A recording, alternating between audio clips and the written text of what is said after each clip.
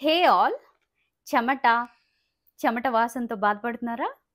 దీనికి ఒకే ఒకటి పనిచేస్తది. బెంజాల్ పెరాక్సైడ్ సోప్. ఇక్కడ నేను పెరోబార్ 5% బెంజాల్ పెరాక్సైడ్ సోప్ తీసుకుంటున్నాను. ఇది ఎనీ మెడికల్ షాప్‌లో మీకు దొరుకుతదండి. మీరు అడిగితే పెరోబార్ బెంజాల్ పెరాక్సైడ్ సోప్ అని. ఇది అరౌండ్ 190 రూపీస్‌కి అలా వచ్చేస్తది.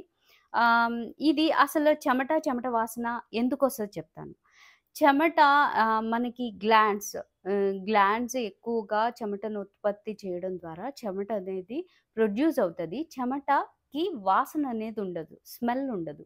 బట్ ఎప్పుడైతే మన బాడీ పైన ఉన్న బాక్టీరియా ఈ చెమటలో ఉన్న సాల్ట్‌తో కలిసినప్పుడు బ్యాడ్ స్మెల్ అనేది ప్రొడ్యూస్ అవుతది. ఇది వర్క్ చేయడానికి ఒక ట్రిక్ ఉంది. దీన్ని ఎప్పుడైతే మనం బాత్ చేసేటప్పుడు అండర్ ఆర్మ్స్ కింద ఒక 2-3 మినిట్స్ దీన్ని ఆ విధంగా ఉంచాలి. ఉంచినప్పుడు ఆ సోప్ రాసి మనం ఉంచినప్పుడు ఈ సోప్‌లో ఉన్న ఈ పెరోబార్ సోప్‌లో ఉన్న ఆ బెంజాల్ పెరాక్సైడ్ అనేది ఆ బాక్టీరియాని చంపడానికి ఇది ఎక్సలెంట్‌గా వర్క్ చేస్తుంది. సో, తద్వారా మీకు ఆ చెమట వాసన అనేది తగ్గించడానికి ఇది ఎక్సలెంట్‌గా వర్క్ చేస్తుంది. కాకుండా వీక్లీ 2-3 టైమ్స్ గ్లైకాలిక్ టోనర్‌ని మనము అండర్ ఆర్మ్స్ కింద రాసుకొని, మనం మార్నింగ్ లేచి వాష్ చేసుకోవచ్చు.